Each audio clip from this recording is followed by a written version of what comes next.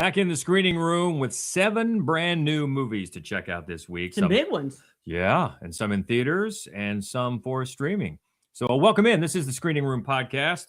She is Hope Madden. He's George Wolf. And we are from MaddWolf.com. Hit it.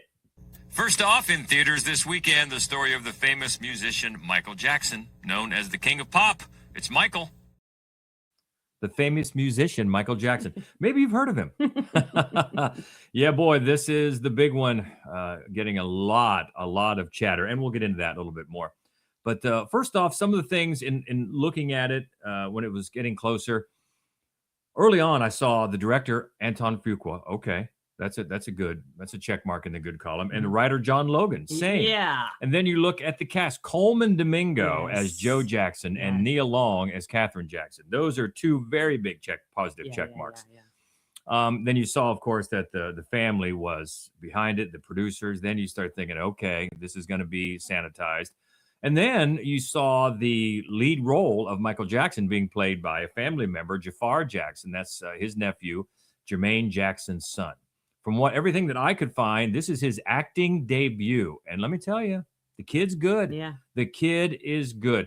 He's got the look down, obviously, helped by family resemblance and then makeup as it goes along in this movie. But he's good. He's got a natural air about him. He's got natural charisma. And it'll be interesting to see where he goes after this, because he's playing such an iconic role that everybody knows, mannerisms and way of speaking and things like this.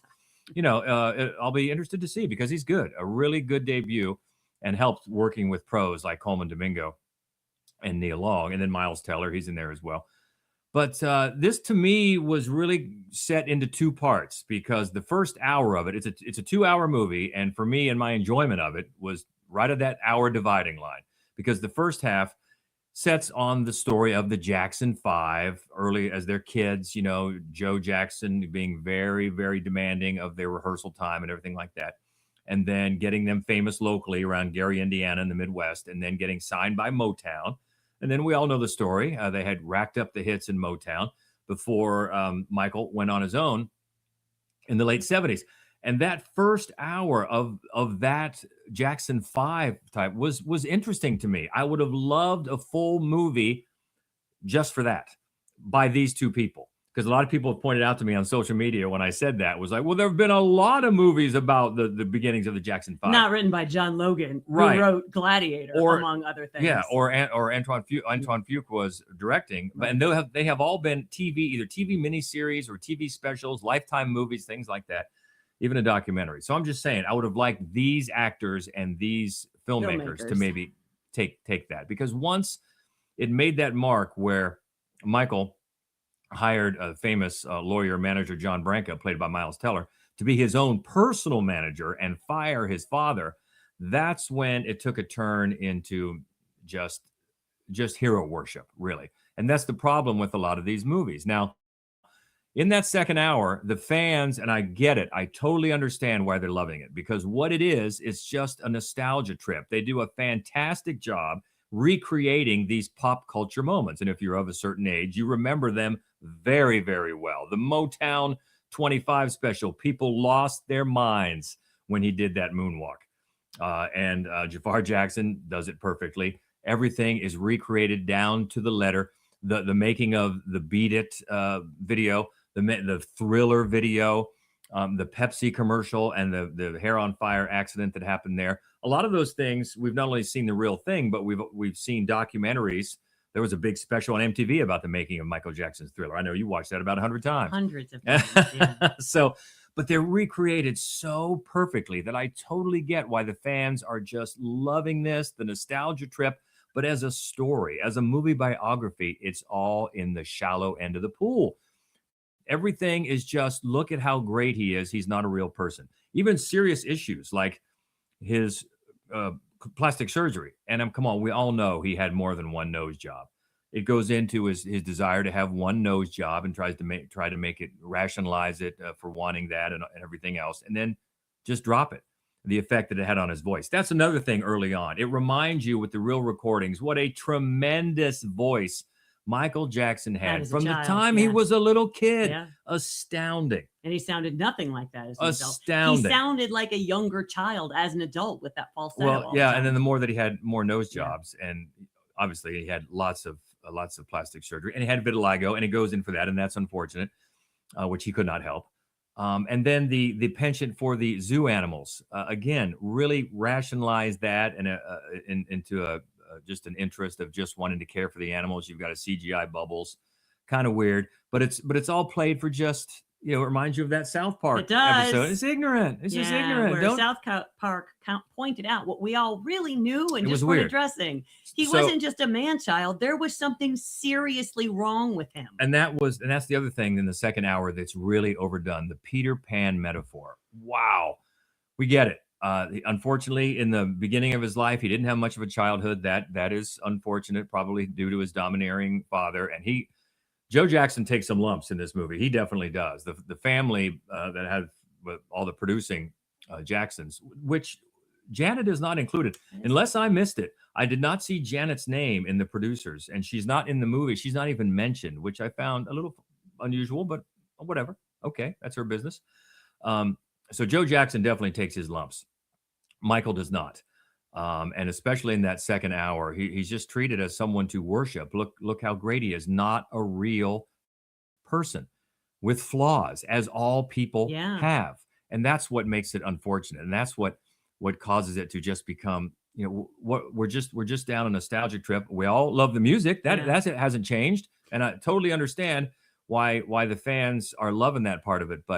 And they even have him talk in that soft, high voice at all times. But I remember when we saw a documentary, it was that This Is It movie. This Is It, right around the time he died. And there's footage of him talking like a real man. He had a real man voice. Yeah. That baby voice was faked for the public. Yeah. And you'd think that in his private, personal moments in this film, they'd have had him talk like his regular voice. Yeah. So those are just the many things in the second hour that just make it an unfortunate sanitizing of the story. Now, the movie leaves in 1987 or 88, I believe, just at the beginning of the Bad tour.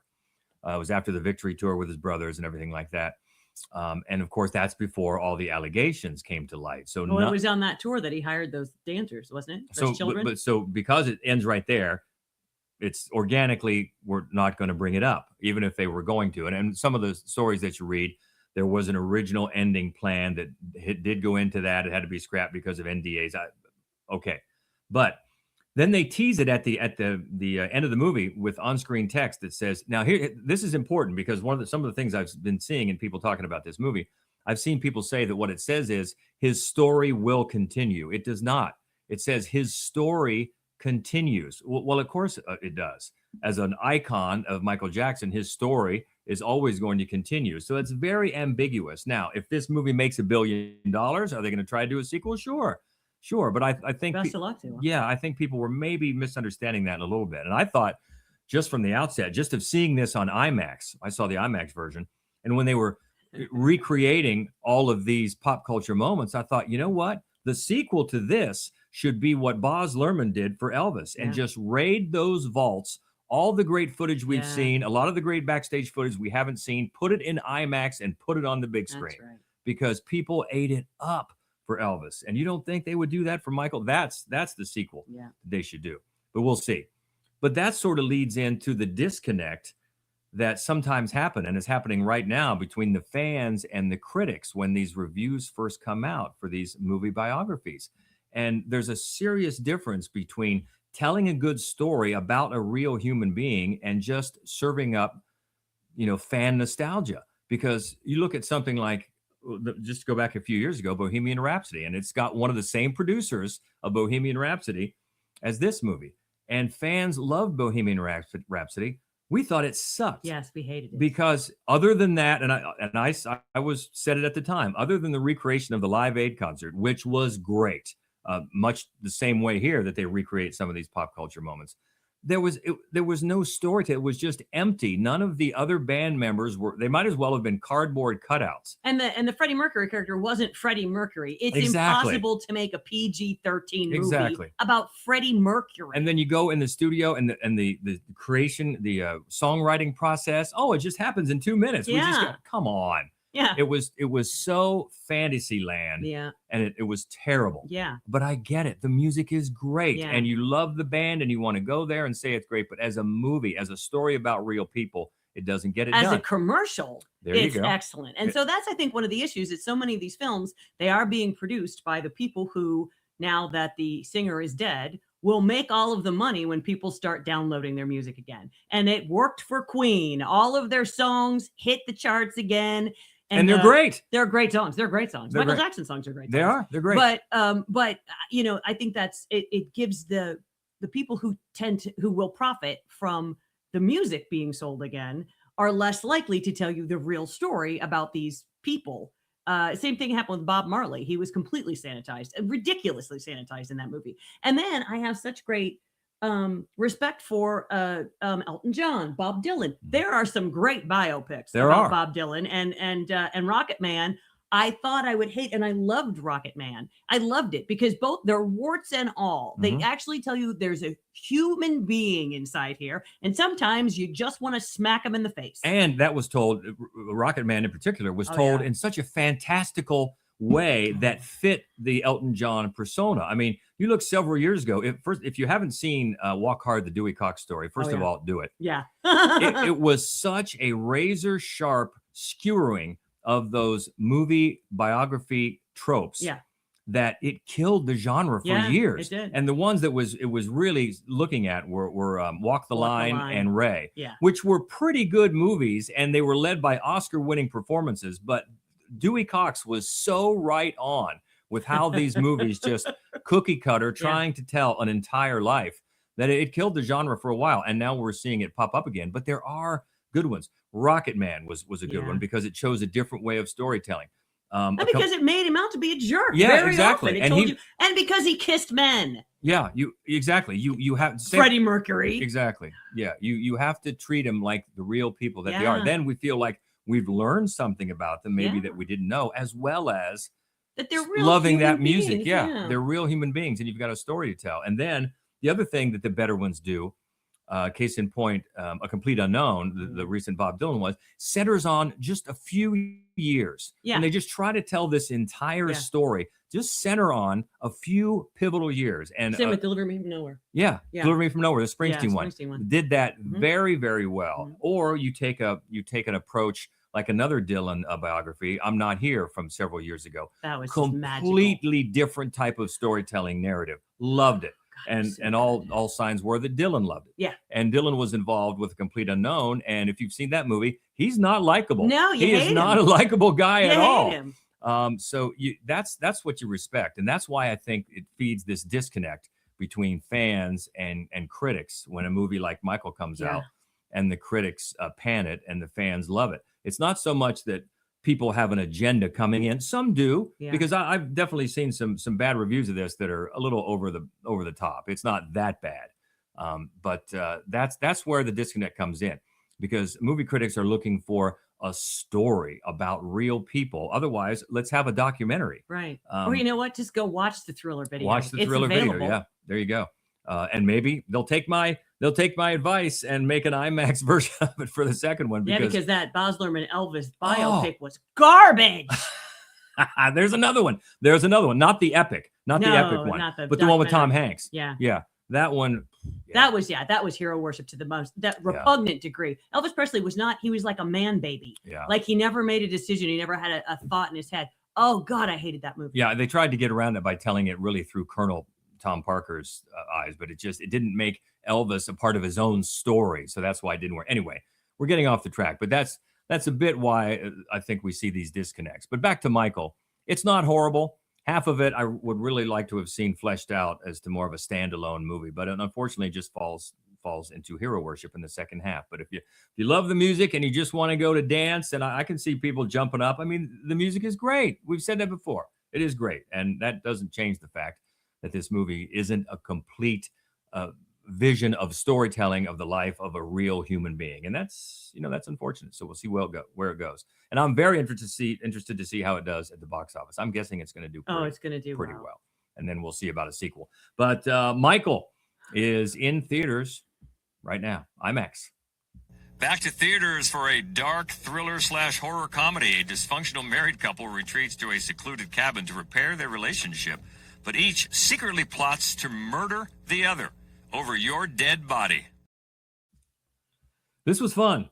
And this one got a lot more nasty than I thought it would. I mean, you hear that premise and okay, there's violence inherent in that premise. Yeah. They're trying to kill each other. But whoo boy, yeah, be ready because it earns that R rating. It really does. And it's a fun concept, right? Samara Weaving and Jason Segel, they're each secretly planning to kill the other one on this weekend away. But what they don't know is that there are some prison breakouts, two fugitives, and a guard played by Juliette Lewis, who are already squatting in that cabin. And so they hide, the fugitives hide when the couple gets there. And so they just are sort of eavesdropping on the whole, no, I was going to kill you. No, I would have been better at it. And it's a funny bit. But once the fugitives are involved, it gets really, really nutty. Yeah.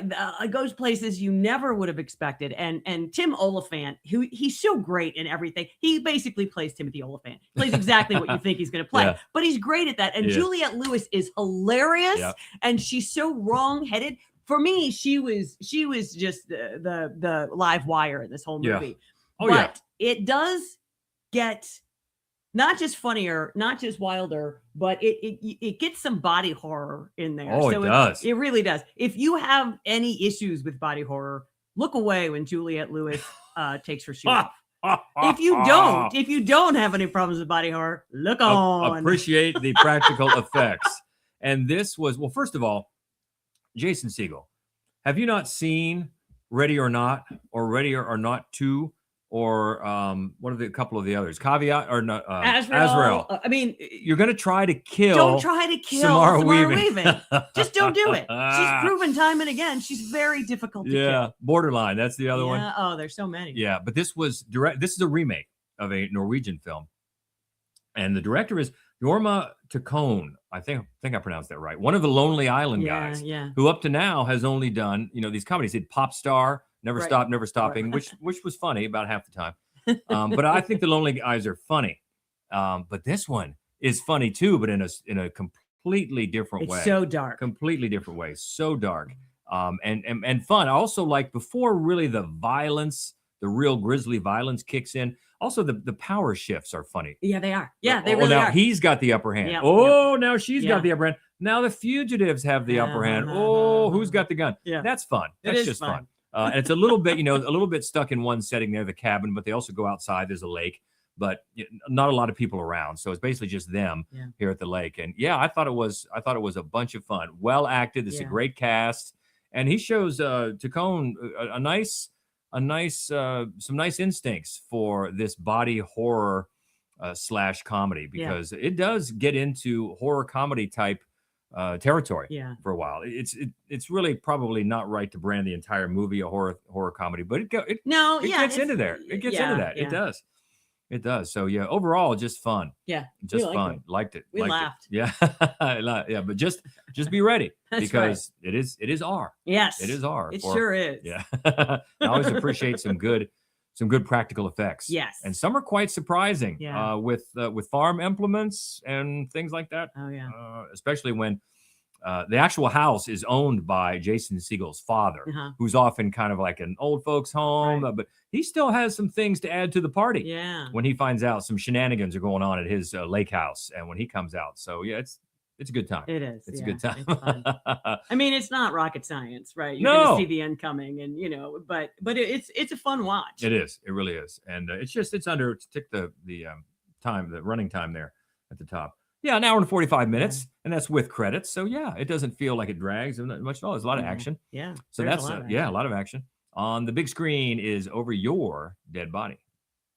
Also in theaters, long buried wounds rise to the surface when iconic pop star Mother Mary reunites with her estranged best friend and former costume designer Sam on the eve of her comeback performance. It's Mother Mary. Well, here's a filmmaker that we always want to know what he's doing. Yes. And see his stuff. Yeah, David Lowery.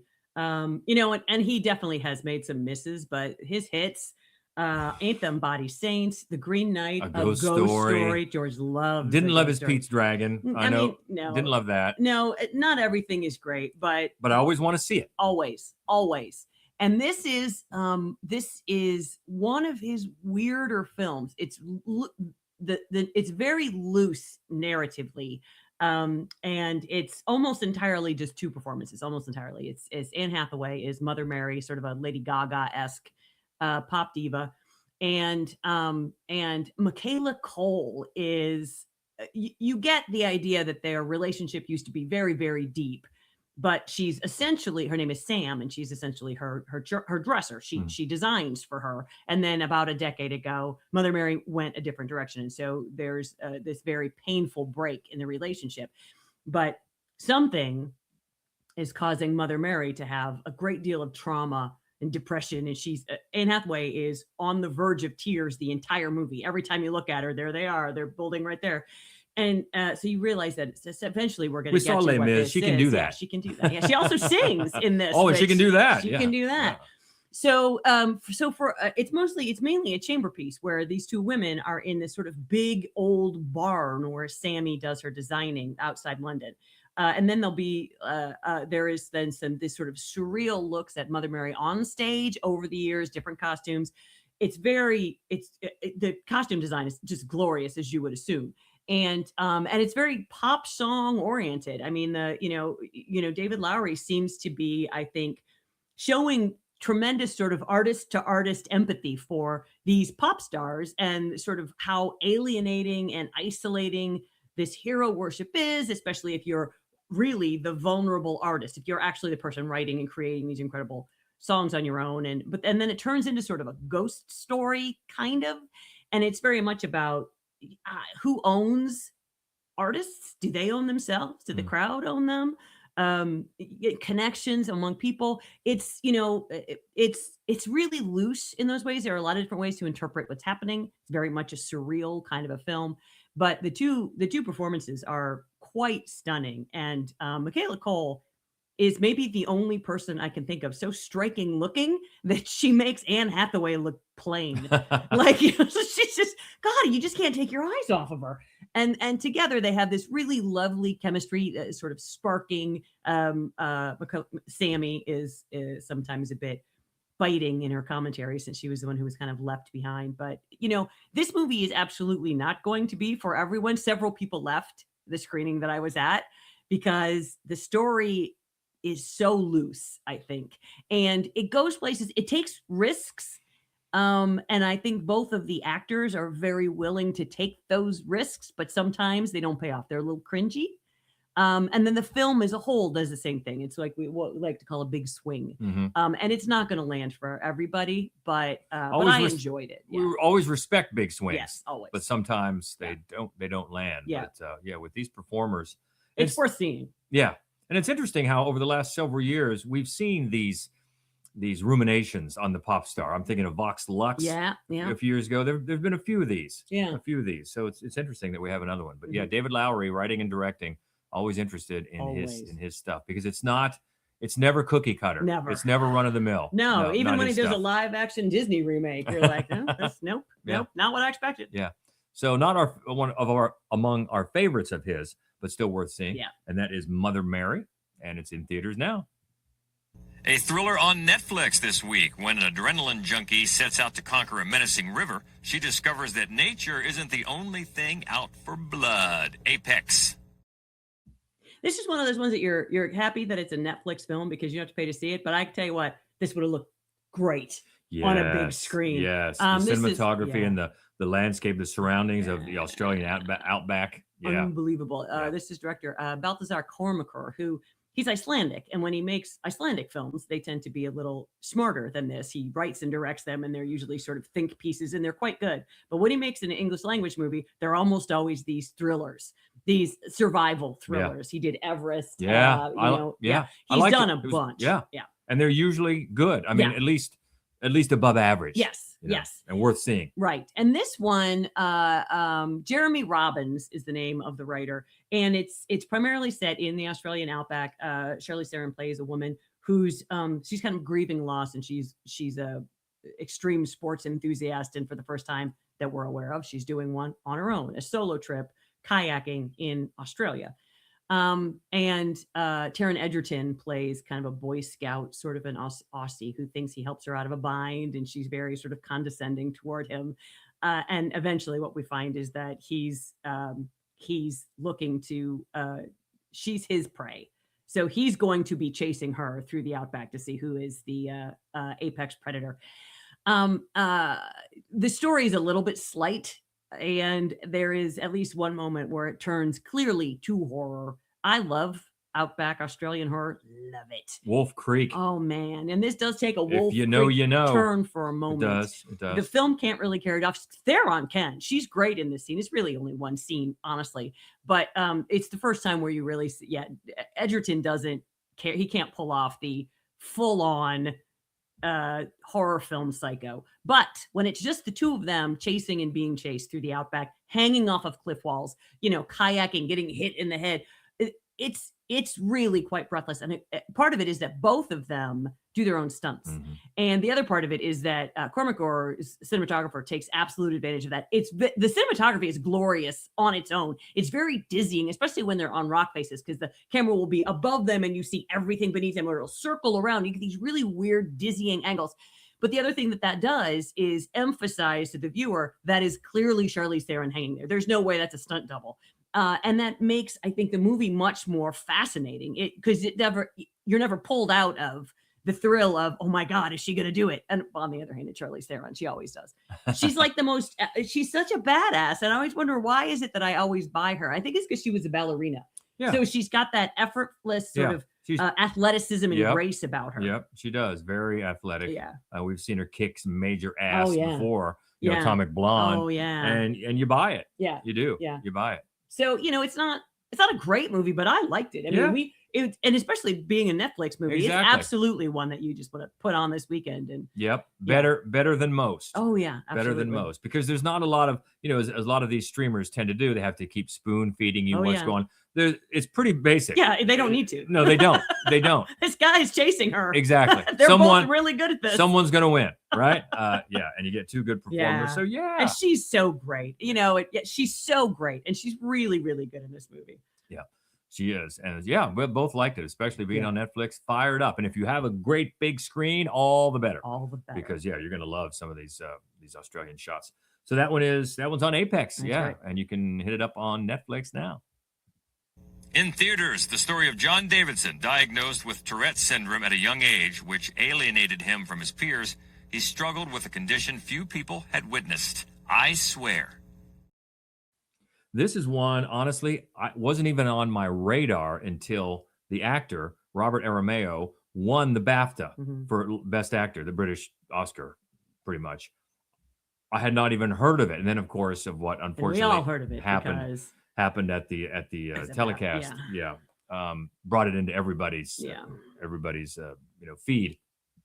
So it's taken a while for the movie to get around to a wide release, but it's getting it this weekend. And boy, you can see how this performance won. Incredible performance by Robert Aramayo, as it tells the story of John Davidson, is the guy's name. Scottish man who was set with a severe form of Tourette syndrome as a teenager. And since then, he has had some physical tics, and the main problem is a vocal tic, which causes him to involuntarily shout out horrible things. Curse words, obviously. Racial slurs, taboo phrases, whatever is the worst thing to say. He will say it.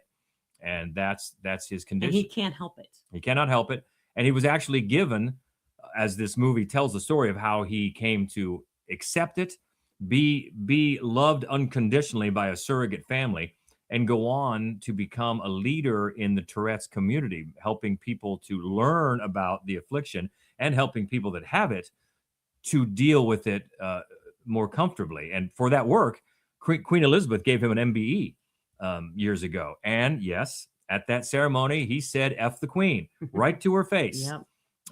That's in the movie, and it really happened Yeah. because one of the things Kirk Jones is the writer director here, and he did Waking Ned Devine, Waking Ned Devine. years ago. Apparently went to great lengths to make it accurate. There was a documentary called John's Not Mad, I think it was, years ago. Consulted on that and consulted with John Davidson himself to get this right. And it's a lovely story. It's such a shame what happened at the BAFTAs because had they watched this movie, yeah, unfortunately, they would. You get this feeling now after this. That, did you not get the message that we're sending here?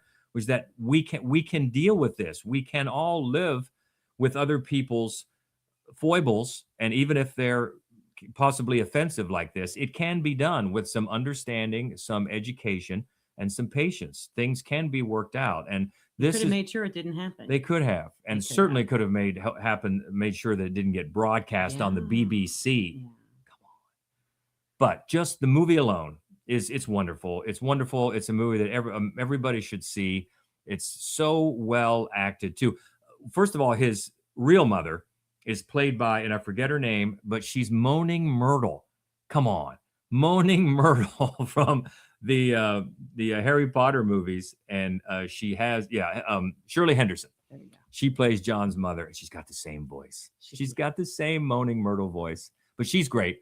And then because of when this affliction comes on when he's a teenager, it splits his family. His dad leaves, and his mother has a very hard time with it. So John goes to live with the family of a friend of his, and he's taken in by the surrogate mother, who's played by Maxine Peake.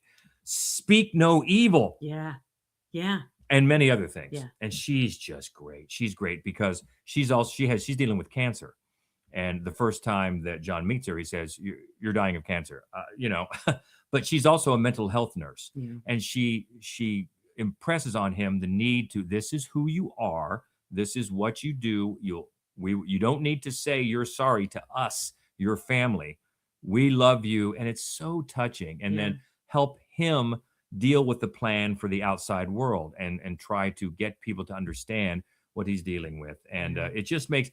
It's a wonderful movie. It makes compassion something to stand up and cheer for. And that's hard to do. Yeah. And I can't say enough about this performance. He's great. Not only does he have the physical, the physical mannerisms down and the vocal tics, but he's got the arc. You take him from a man who doesn't, a young man who doesn't understand. No one's ever heard of this in his village, in his town. What's going on? You're faking it. You're clearly faking it. Yeah. And he has to deal with that and accept it, that it's not going to get better, and learn to live with it. And not only that, but want to go and teach and help, which is why he got the award from the Queen. So it's a wonderful performance. It's a wonderful movie. It has a great message that, we wish the BAFTA and the BBC people had taken a little bit more to heart. Yeah.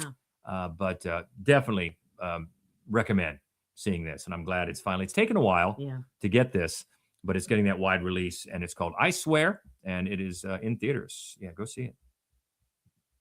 And a documentary on Disney Plus and Hulu. It follows Inda, an adolescent orangutan learning to navigate life as she prepares to leave her family and venture out on her own for the first time. Orangutan. They have one. They try to have one every Earth Day. Another Earth Day, another Disney nature film. Yeah, and there are some beautiful movies in this series. Just beautiful. There are, and this is a really nice one, and it's narrated by Josh Gad, who does a nice job of sort of giving it sort of childlike wonder and comedy where comedy really isn't. You know what I mean? He's got the writing is a little hackneyed. It's a little trying too hard to force funny things where you're not really seeing funny things. The film, more than the others that I can think of, is clearly geared toward very young children, but it's gorgeous. And I mean, that's one of the things that they are. It's such a beautiful movie. How they get these cameras into just these, very intimate spaces. Obviously, these lenses, because they're not right there in the trees. Right. But it's amazing how close they get. Yeah, and that they can capture all of this. I mean, it makes you wonder how long it takes. Yeah. At least a year, because we follow Inda for a year. And it's not just orangutans that you get close to. There are like sun bears. There's gliding frogs. It's just all of the animals that are going to be in this area And there's, because it is Disney and they own the rights to the Jungle Book, you get some King Louis songs in there, which is always fun. Always fun. And orangutans are just fascinating, weird apes. They're just weird. And so it's definitely an entertaining film. It's beautiful, gorgeous to look at, and informative, even if it might be aimed a little younger than maybe it should be. But I think kids would love it too. And there's no reason not to watch it. For Disney Plus. Birthday. Disney Exactly. Plus and Hulu. Yep. Yeah, there it is. Again, a one that will pay off if you have a big screen. Oh, big screen. It's gorgeous. And the colors, yeah. It's gorgeous. Yeah, another winner for Earth Day for Disney Orangutan. That's on Disney Plus and Hulu. Okay, I think we got one more. Another thriller in theaters, an unexploded World War II bomb is discovered on a busy construction site in the center of London. Chaos ensues as the military and police begin a mass evacuation against a ticking clock. It's Fuze. Fuze, F-U-Z-E.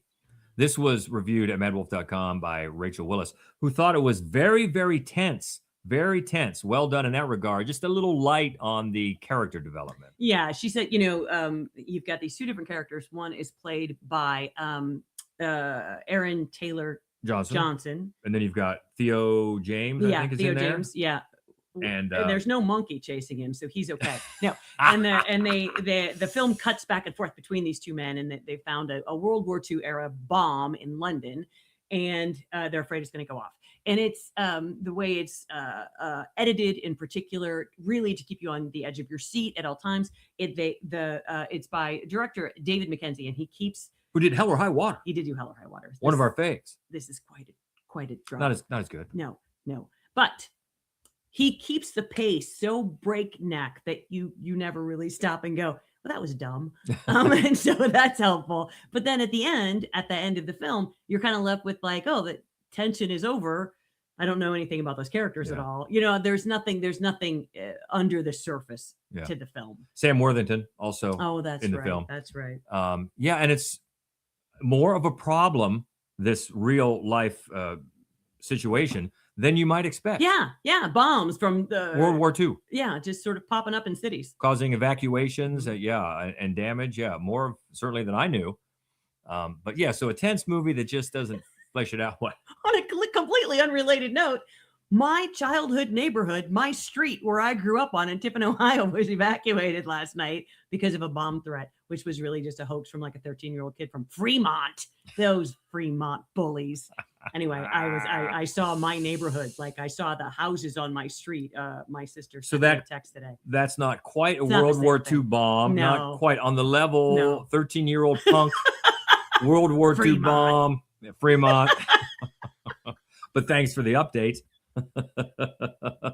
You can check out Rachel's full review of Fuze. She did think it was very tense. That's at MaddWolf.com, and that one is in theaters now. Okay, Schlocketeer promises he'll be back with some nuggets of wisdom and gossip next week. Yeah. But speaking of next week, ooh, big one. I just had someone ask the radio station I called this morning was like, "What about Devil Wears Prada 2?" I said, "You're a week ahead. You're a week ahead, but I'll get back to you." That's right. Also next week, Hokum, which we've already seen and can't wait to tell you about. Also one that we're looking forward to seeing. Not really. Yeah, come on, it's gonna be fun. Deep Water. Deep Water. The plane crash was just the beginning of their troubles. Now there's sharks. Chomp. Yep. Animal Farm. Woo! I'm going to maybe kind of try to keep an open mind. I'm going to try to keep an open mind. We're going to try. It's getting hammered. And it's not like it's one of my all-time favorite books or anything. Yeah, I love it. I made my own cartoon version of that in high school. I may still have it downstairs in my box of keepsakes. Wow. I'll try to find it next week while you talk about what happened on your street. Okay. Also, we'll look at your high school art projects. Also, one called Salt Along the Tongue. That's right. Matt Weiner is going to review that for us, and it's a scary movie, so I'm interested to see how it goes. You know what's scary? He doesn't love the scary movies. You know, when that happens and you've got a canker sore, salt along your tongue. That's scary. It's bad. Also, Swapped. And Didn't Die. The zombie movie. Didn't die. Didn't die. Come get me. That's next week. But what about this week? Boy, a lot. I know. A lot to talk about. Man. What do you think about Michael and the whole disconnect between music biographies? What do you think? Where do you stand? Over your dead body? How about that blood? Mother Mary Apex. Let us know. Always fun to keep the conversation going. You can find us at maddwolf.com is the main website. MaddWolf Columbus on all the social pages. And if you do love the scary movies, especially as we do, be sure to come find us. Our other horror movie only podcast is called Fright Club. That's right. You can find out on all the normal podcast outlets. And you can also find a Fright Club podcast group, private group on Facebook. Just ask to get in there and you can join the fun in there. So lots of ways to keep in touch. Hope you will. And until next week, she's Hope Madden. He's George Wolf. And this is the Screening Room Podcast. See ya. I do wish we could chat longer, but I'm having an old friend for dinner. Bye.